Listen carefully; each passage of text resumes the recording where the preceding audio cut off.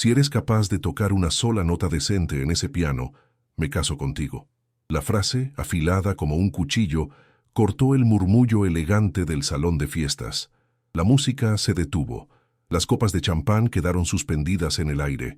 Cientos de miradas se clavaron en un solo punto, en un hombre que solo quería ser invisible. Allí estaba Mateo, con su uniforme de limpieza y una mopa en la mano, paralizado bajo los focos de la humillación. Su rostro, marcado por el cansancio de turnos dobles, enrojeció al instante. Sentía el peso de cada par de ojos como si fueran piedras.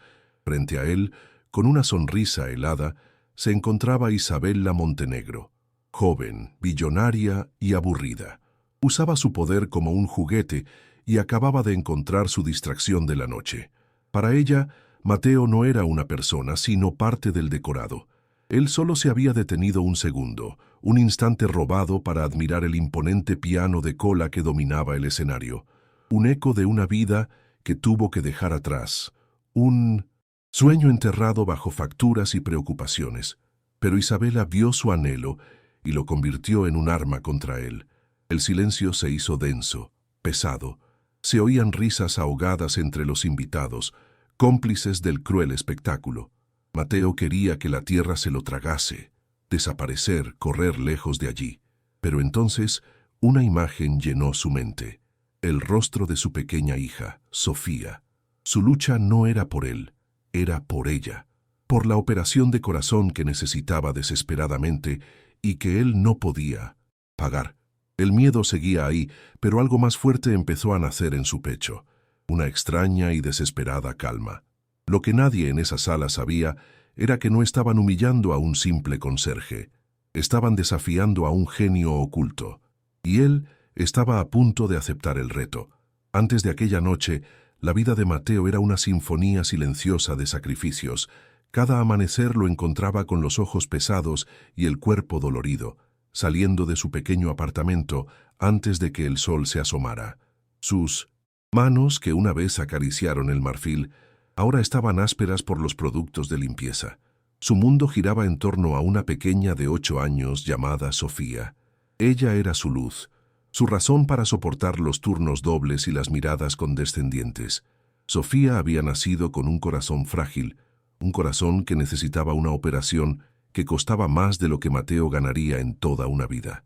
Por las noches, al volver a casa, el olor a desinfectante se mezclaba con el de la cena sencilla que preparaba.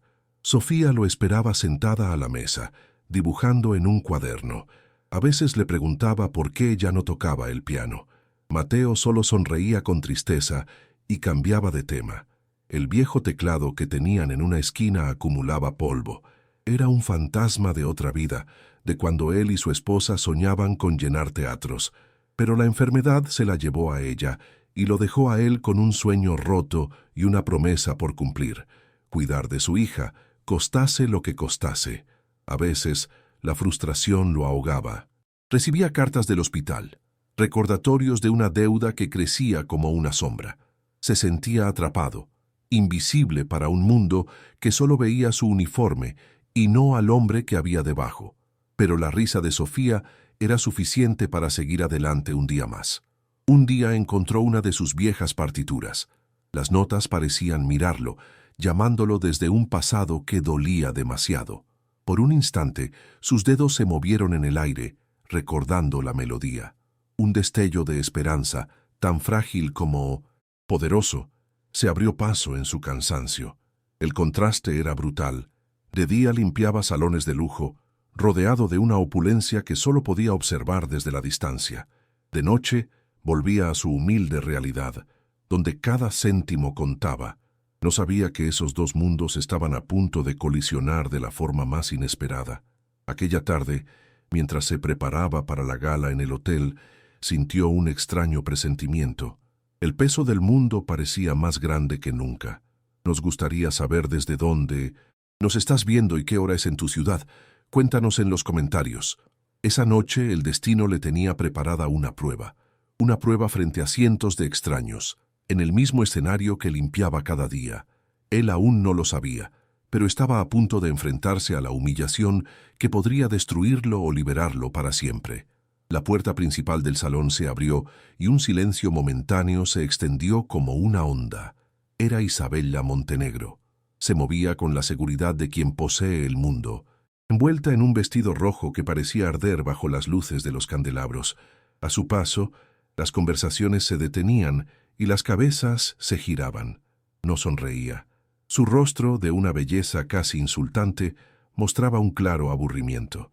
Ignoraba los saludos de los invitados con un leve gesto de la cabeza, como si fueran meros obstáculos en su camino.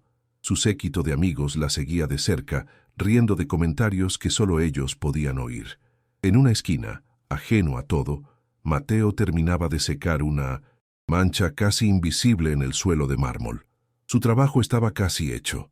Solo entonces se permitió levantar la vista y sus ojos se encontraron con el piano de cola, negro y brillante. Por un segundo dejó de ser un limpiador y volvió a ser el hombre que soñaba con la música. Pero ese instante de anhelo no pasó desapercibido. Los ojos de Isabella, afilados y en busca de una distracción, se fijaron en él. Una lenta y cruel sonrisa comenzó a dibujarse en sus labios. Se inclinó hacia una de sus amigas y le susurró algo al oído. La risa de la chica fue aguda y despectiva. El juego había comenzado. Isabella se separó de su grupo y caminó directamente hacia Mateo. El murmullo de la fiesta disminuyó a su paso, mientras la gente se daba cuenta de que algo estaba a punto de suceder. Él sintió las miradas sobre su espalda y un escalofrío le recorrió la nuca. Bajó la cabeza, esperando volverse invisible, pero ella se detuvo justo frente a él. Sus carísimos tacones resonaron en el silencio que empezaba a formarse. Mateo podía oler su perfume, una fragancia tan costosa como el sueldo de un año entero. Levantó la vista lentamente y se encontró con una mirada que lo examinaba como a un insecto. Lo miró de arriba abajo, deteniéndose en su uniforme gastado y en sus manos ásperas. La humillación era un arte que ella dominaba a la perfección. Se volvió hacia sus invitados, alzando la voz para que todos la oyeran. Aquí es donde su crueldad se desató. Si eres capaz de tocar una sola nota decente en ese piano, me caso contigo.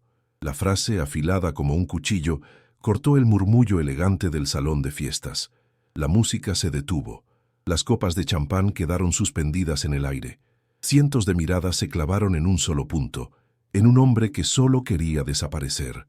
Allí estaba Mateo, con su uniforme de limpieza y una mopa en la mano, paralizado bajo los focos de la humillación. Su rostro, marcado por el cansancio de turnos dobles, enrojeció al instante.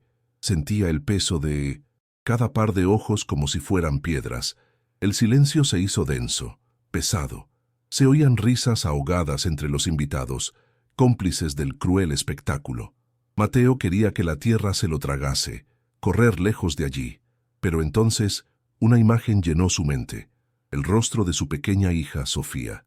Su lucha no era por él, era por ella, por la operación de corazón que necesitaba desesperadamente y que él no podía pagar. El miedo seguía ahí, pero algo más fuerte empezó a nacer en su pecho, una extraña y desesperada calma. Lo que nadie en esa sala sabía era que no estaban humillando a un simple conserje, estaban desafiando a un genio oculto. Con la humillación flotando en el aire, Mateo se sintió encoger. Cada segundo se estiraba en una eternidad dolorosa. Podía sentir el calor de cientos de miradas perforando su uniforme, juzgando sus manos gastadas, su postura encorvada por el cansancio. Un nudo de fuego le quemaba el estómago. Los cuchicheos crueles eran como el siseo de serpientes. Risas ahogadas se escapaban de las mesas más cercanas.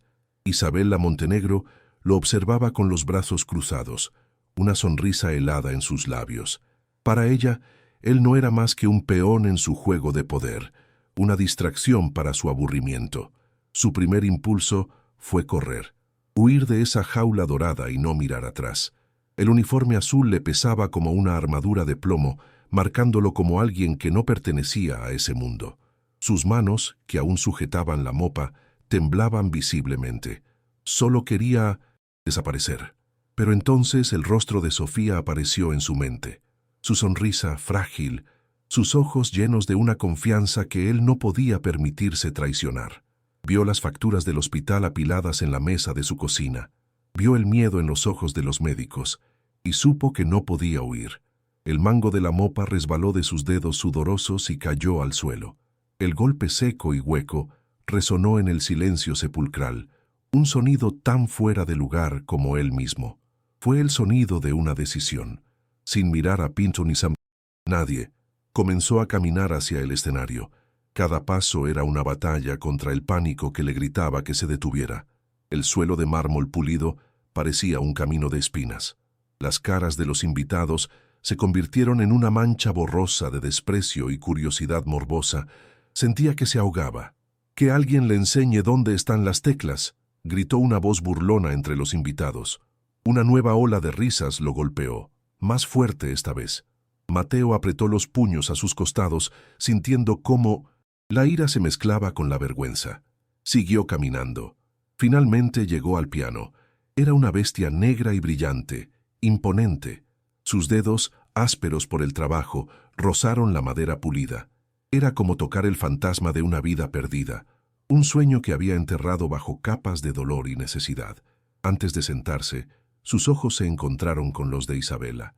En su mirada no había duda, solo la certeza de quien se sabe superior, de quien espera disfrutar de la caída final de su víctima. Ella ladeó la cabeza, como si le estuviera dando permiso para continuar con su propia humillación. Mateo se sentó en el taburete. El tacto del cuero bajo él era extrañamente familiar. Cerró los ojos por un instante, buscando un refugio en la oscuridad, un lugar donde solo existieran él y la música. El ruido del salón se desvaneció, reemplazado por el latido acelerado de su propio corazón. Recordó la promesa que le hizo a su esposa en su lecho de muerte: cuidar de Sofía, sin importar el coste. Recordó sus manos entrelazadas sobre las teclas de un viejo piano vertical, soñando juntos. Esa noche no iba a tocar por orgullo, ni por venganza. Iba a tocar por ellas. Levantó las manos y las posicionó sobre el teclado de marfil. No temblaban. El silencio era tan absoluto que se podía oír el latido de los corazones en la sala. Nadie allí sabía que no estaban a punto de escuchar a un conserje, sino de presenciar una resurrección. Y entonces, la primera nota rompió el silencio. No fue suave ni vacilante. Fue un acorde poderoso y profundo que resonó en el salón como un trueno, haciendo vibrar las copas de champán y los corazones de los presentes. El impacto fue inmediato. Las risas se congelaron en el aire. Las sonrisas burlonas se borraron de los rostros. De los dedos de Mateo no brotó una simple canción, sino una tormenta. Una sonata de Chopin que parecía nacida del dolor y la esperanza. Las notas fluían con una velocidad y una precisión imposibles para un aficionado. Eran cascadas de furias seguidas de susurros, de una delicadeza desgarradora. Era la historia de su vida contada sin palabras. El rostro de Isabela Montenegro se deshizo. Su máscara de arrogancia se resquebrajó, dejando a la vista una incredulidad pura. Sus ojos, antes llenos de desprecio, ahora estaban fijos en las manos de Mateo, que se movían sobre el teclado como si fueran una extensión del propio piano. Vio en ellas no la suciedad del trabajo, sino la gracia de un genio. La música llenó cada rincón de la sala, silenciando hasta el último murmullo. Una mujer se llevó la mano a la boca para ahogar un sollozo. Un hombre de negocios, de rostro severo, sintió cómo una lágrima le resbalaba por la mejilla.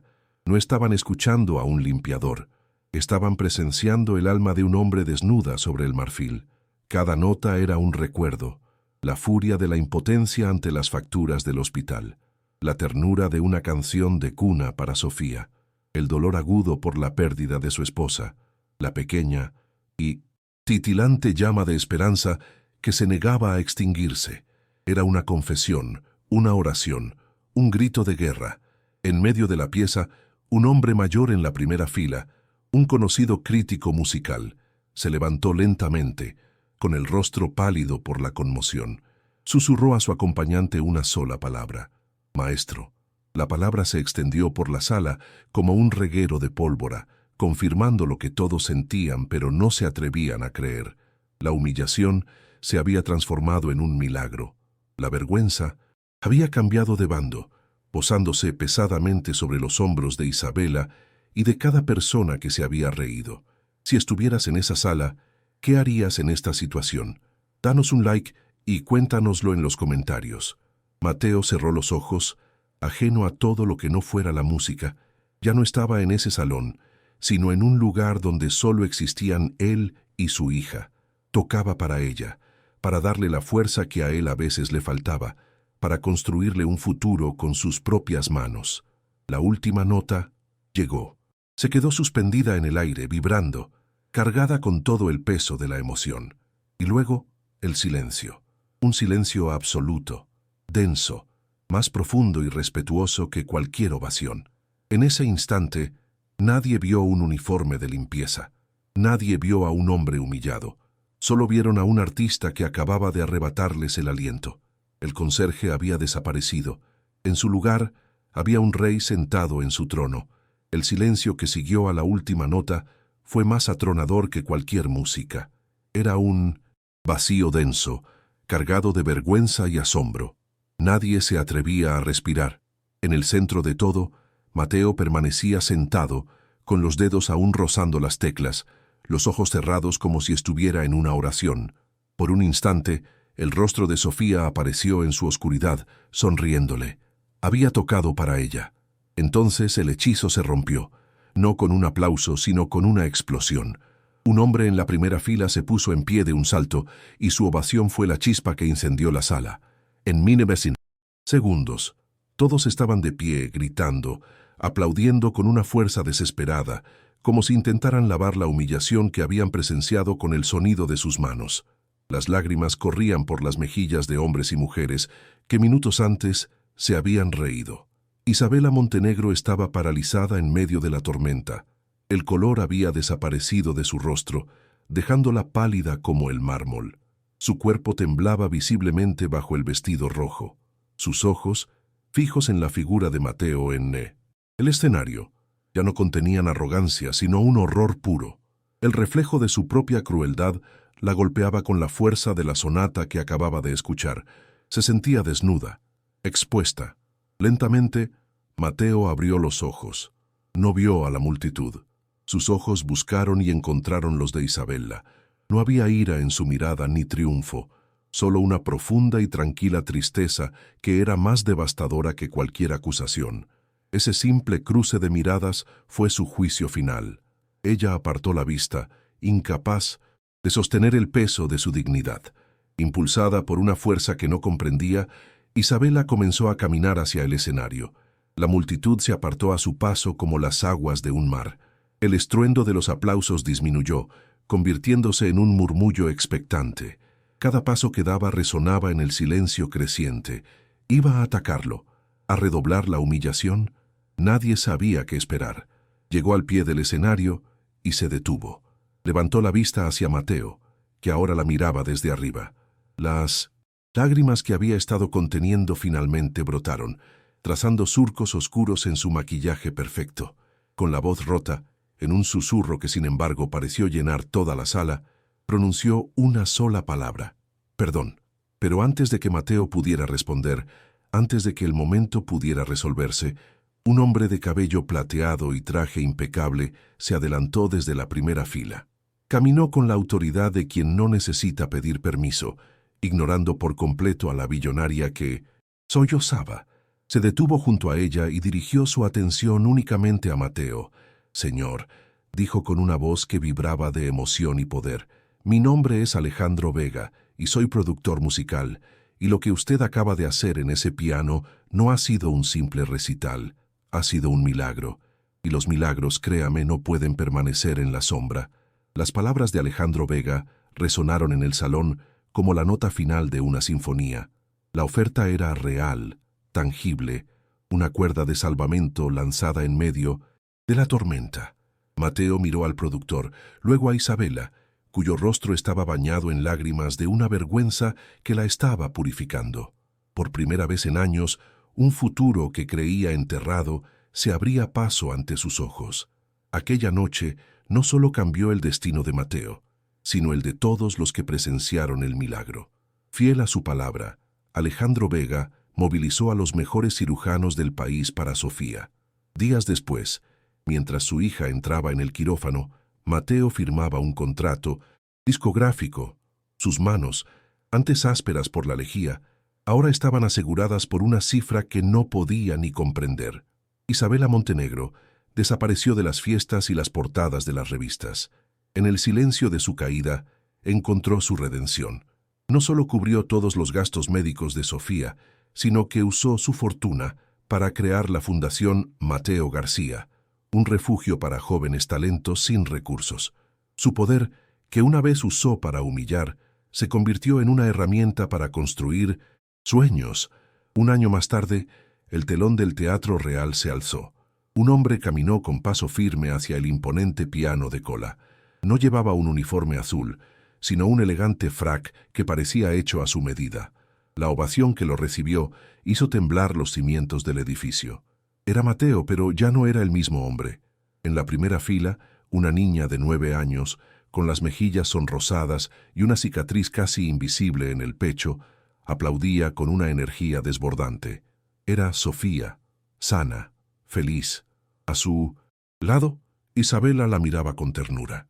Su amistad, nacida de las cenizas de una noche terrible, era el símbolo de que hasta las heridas más profundas podían sanar. Mateo se sentó. Sus ojos buscaron los de su hija y le dedicó una sonrisa que contenía todo el amor del mundo. Ya no había miedo en su mirada, solo una paz inmensa.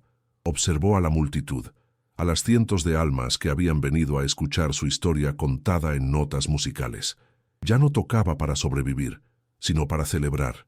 Cada acorde era un agradecimiento, a la vida por darle una segunda oportunidad, a su hija por ser su fuerza, e incluso a la humillación por haberle obligado a recordar quién era en realidad.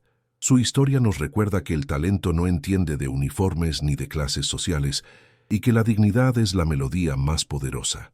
Si su coraje te ha inspirado, deja un comentario y comparte este vídeo para que su mensaje llegue más lejos.